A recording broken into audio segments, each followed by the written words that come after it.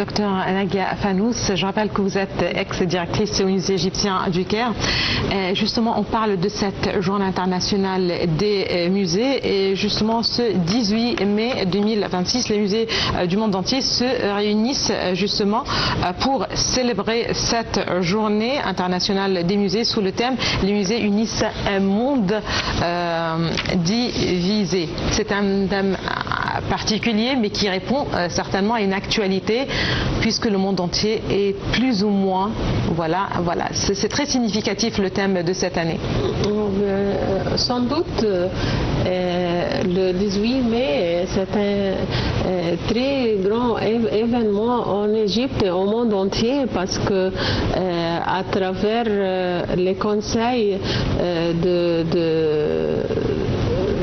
l'ICOM, c'est le Conseil international des antiquités qui fait ce jour-là. C'est une journée internationale pour les musées. Et aussi, il y a la grande richesse en Égypte ici, la richesse aux monuments.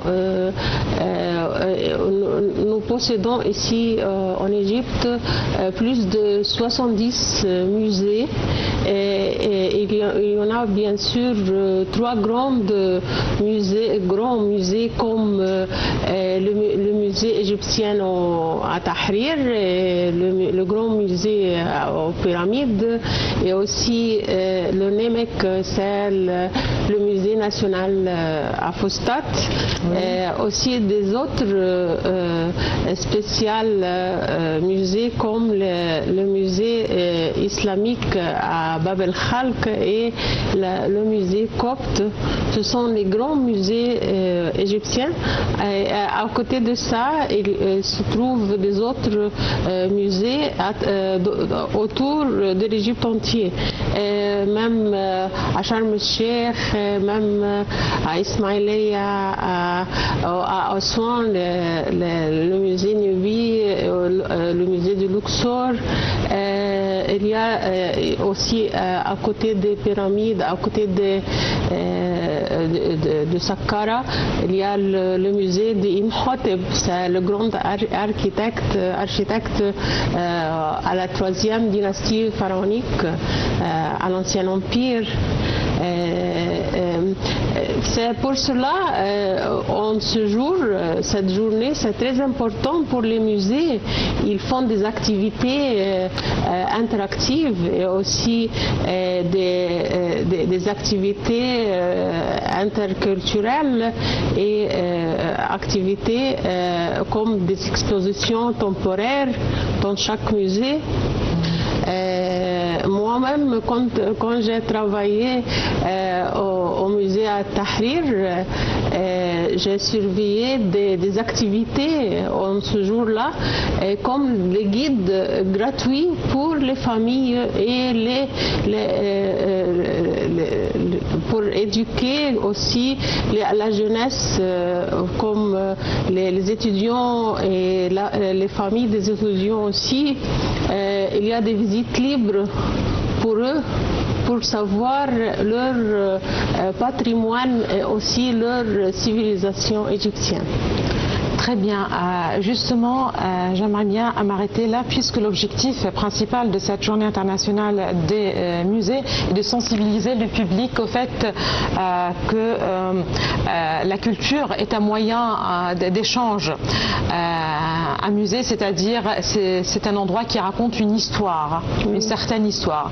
L'Égypte, on est bien certainement chanceux d'avoir justement toute une civilisation.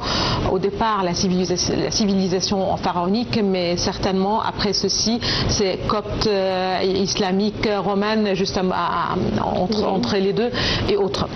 Vous avez donné des exemples justement, mais j'imagine que presque dans toutes les villes, plus ou moins la grande partie, si vous le voulez bien, des villes, il y a un musée. À Port Saïd, il y a un musée. À Rachid, il y a un musée. Dans les petites villes.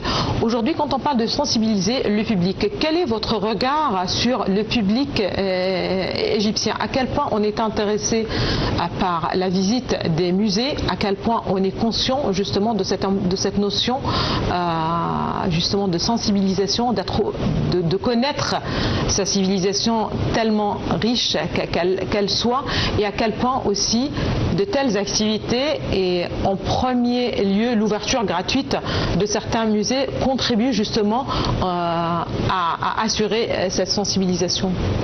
C'est très important, bien sûr, comme vous avez dit, de faire savoir les jeunesses de notre civilisation ancienne. C'est pour cela chaque musée fait des expositions temporaires comme par exemple au musée El Tahrir, il fait exposition temporaire à propos du Nil. Le Nil, c'est important. Cette édition? Oui, pour cette édition, dans la journée de 18 mai, oui. pour jeter la lumière sur le Nil, par exemple, avec des antiquités appartenant à cet événement, et aussi ils font aussi des visites libres gratuites pour les jeunes et aussi pour les écoles qui viennent avec des enfants. Il y a aussi des musées spéciaux pour les enfants. Ils font des activités, des programmes. Oui, des programmes et activités. Ils dessinent, ils font des cubes comme ça pour faire comme les statues pharaoniques pour eux, des pyramides. Ils font des choses liées à la civilisation égyptienne. Par exemple, aussi, l'État a fait des efforts pour construire le grand musée qui attire tout le monde entier l'année passée. Et ce musée, par exemple, contient des monuments appartenant depuis les périodes pré-dynastie. Très bien, je vais revenir. Oui. Voilà, plus tard, justement, je vais revenir pour parler du grand musée égyptien, puisque là aussi, il s'agit d'un musée qui n'est pas comme les autres, c'est-à-dire tellement unique en tout sens. Mais justement, pour parler, puisque vous avez aussi parlé de ces visites plus ou moins guidées, quand on parle de sensibilisation, on vise peut-être surtout les enfants. Oui. Certainement tout le public. C'est très important de les enfants, informer les enfants, parce que c'est les enfants et la jeunesse en général. Lorsque vous éduquez les enfants pour savoir leur histoire, la civilisation ancienne de l'Égypte, ils sachent comment être les grands ancêtres, construire ces grands pyramides en Égypte et les grands monuments comme les temples par exemple et les tombeaux, et comment ils sculptent les grandes statues, etc. Ils font aussi des activités dans le musée des enfants pour ce trajet. Très bien. L'organisation même de la journée, c'est-à-dire, est-ce qu'aujourd'hui, puisqu'il s'agit d'ouverture gratuite de certains musées, quels sont les musées qui ouvrent aujourd'hui leurs portes gratuitement au public, si vous avez une idée? La plupart des musées ouvrent gratuitement des accès gratuits. Est-ce que par exemple le musée de la civilisation? Sauf les trois musées, les grands musées. D'accord. Spécialement le grand musée et aussi le musée de Tahrir et le musée de la civilisation. Mais les autres, ils font et dans ces trois musées aussi des activités interactives. des activités interactives. Oui, oui. Très bien. Est-ce que quand on parle d'activités interactives, on peut aussi parler de visites virtuelles? Virtuelles, oui. C'est très important les visites virtuelles parce que c'est gratuit et en même temps, ils peuvent, oui, ils peuvent aussi savoir tous les détails à travers l'écran. Ils peuvent savoir tous les détails, par exemple la collection de Toutankhamon, par exemple, ils peuvent savoir les écritures en hiéroglyphes qui étaient inscrits sur les monuments de Toutankhamon, et aussi ils peuvent savoir comment dessiner comme ils le voient sur l'écran. C'est très important cette activité et en même temps gratuit et relie aussi tout le peuple pour savoir leur civilisation. Très bien. Tout à l'heure, vous avez parlé du grand musée égyptien. J'aimerais bien rappeler qu'il s'agit de l'un des projets culturels et archéologiques justement les plus importants du monde, au monde. C'est l'une des réalisations civilisationnelles les plus marquantes par lesquelles l'Égypte cherche à présenter son patrimoine ancestral sous une forme moderne conforme aux standards internationaux. C'est le plus grand musée au monde consacré à une seule civilisation, une civilisation unique, à savoir la civilisation de l'Égypte ancienne. L'idée de créer le grand musée égyptien est née au début du 3e millénaire, avec pour objectif d'accueillir le volume impressionnant d'antiquités que possède l'Égypte et de les exposer selon des méthodes modernes, offrant aux visiteurs une expérience cognitive et culturelle intégrée. Le musée abrite plus de 100 000 pièces archéologiques reflétant les différentes époques de la civilisation égyptienne antique, depuis la préhistoire jusqu'aux périodes grecques et romaines. L'une des caractéristiques les plus remarquables du grand musée égyptien est l'exposition exhaustive de la collection du roi Toutankhamon. Pour la première fois, l'intégralité de ces trésors est réunie et exposée en un seul lieu, après avoir été dispersée entre plusieurs musées et réserves. Cette collection est considérée comme l'une des découvertes archéologiques les plus importantes au monde, en raison des pièces artistiques rares qu'elle contient, témoignant du génie des anciens Égyptiens dans les domaines de l'artisanat, de l'art et de l'architecture.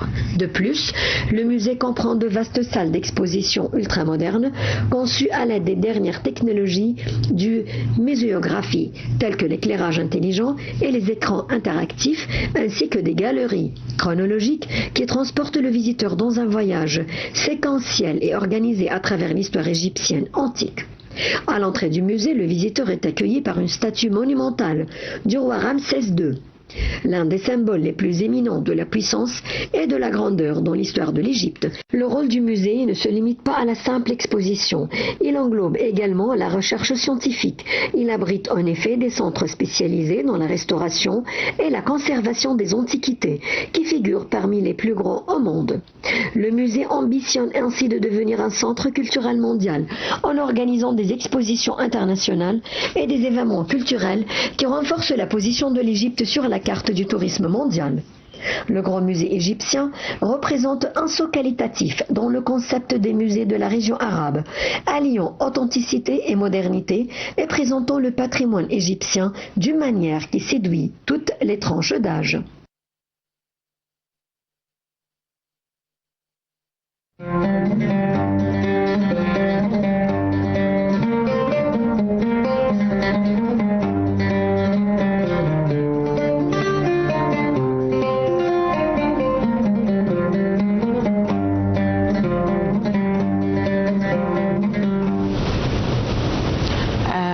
Justement, un grand musée qui est qualifié par le Times, justement le journal Times, en tant que l'une des nouvelles merveilles du monde.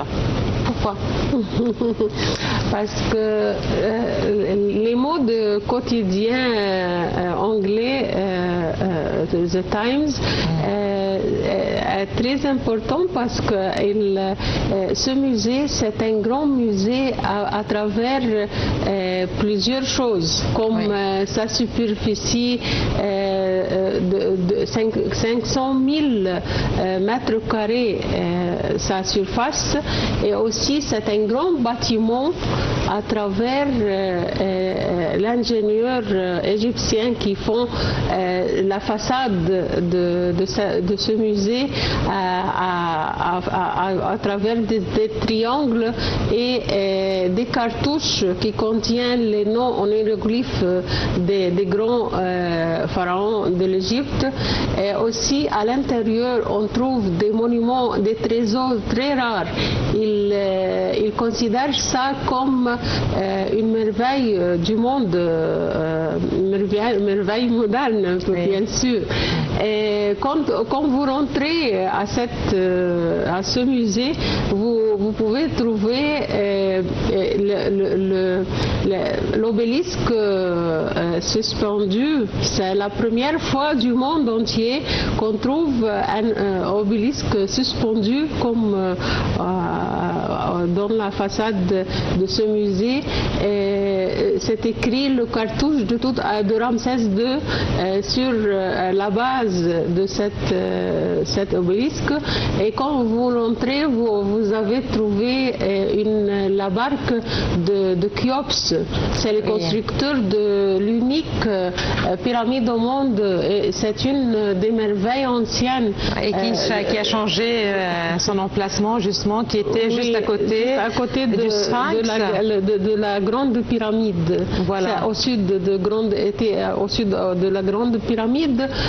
Puis il transfère cet bateau jusqu'à l'intérieur de ce musée avec un panorama très important dedans. Et ce barque, c'est très important parce que appartenant à ce Khéops depuis 2400 avant Jésus-Christ. Puis on trouve cette barque, c'est de 42 mètres de longueur, de largeur, pardon. Puis de cèdre, ce sont les bois de cette barque, c'est de cèdre ouvragé important de Liban, au temps de Sénéphre, le père de Khéops. Puis quand vous rentrez aussi dedans, vous pouvez trouver la grande statue de Ramsès II, ce grand roi de l'Égypte entier. Et aussi, il y a la collection complète pour la première fois de Toutankhamon, appartenant à la période de Toutankhamon au Nouvel Empire. Et aussi, cette collection abrite les sarcophages de Toutankhamon, l'un dans l'autre, qui étaient l'un dans l'autre. Et il y a un sarcophage pesant 110 kg de l'or massif, incrusté par des pierres mi-précieuses sur l'or, avec la perfection de faire sculpter l'or sur cet sarcophage.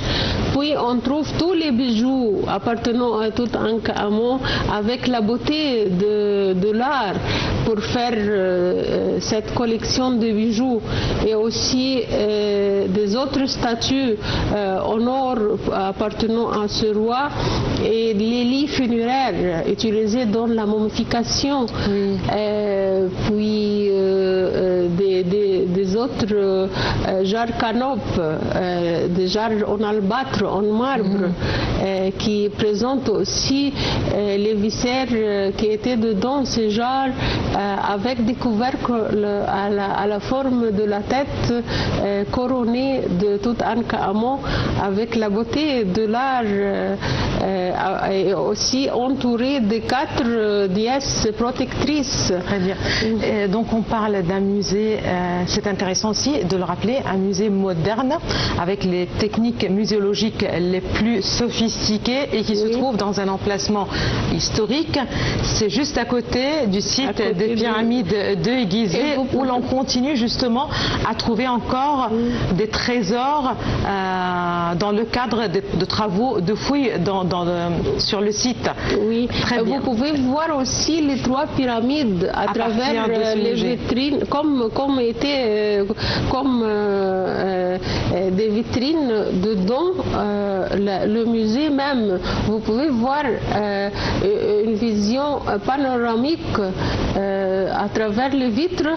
Oui. Vous pouvez voir les 3 grandes pyramides de Gizeh. C'est un musée qui vaut bien la visite, il faut bien le dire. On invite toutes et tous justement à aller visiter le grand musée égyptien qui a été inauguré justement il y a quelques mois et qui se trouve juste à côté du site novembre des pyramides. 2025, oui. Super, justement c'était en novembre 2025, donc il y a un peu moins d'un an, il y a quelques mois. C'est un musée qui vaut bien la visite, un musée consacré à une seule civilisation et qui renferme des trésors, dont surtout le trésor de Toutankhamon. Voilà, il y a aussi d'autres musées, tous les musées en fait, tous les musées en Égypte vous valent bien justement la visite, ils abritent des trésors. On vous invite justement à l'occasion de cette journée internationale des musées et à aller justement découvrir notre histoire, notre histoire. Merci beaucoup à vous, docteur Naghia Fannous. Vous êtes ex-directrice au musée du Caire. Merci beaucoup. Merci à vous d'avoir été parmi nous ce matin et pour tous ces éclaircissements sur les musées en Égypte. Madame, monsieur, merci à vous aussi de nous avoir suivis ce matin. Excellente journée à toutes et à tous et à la prochaine. Merci beaucoup à vous.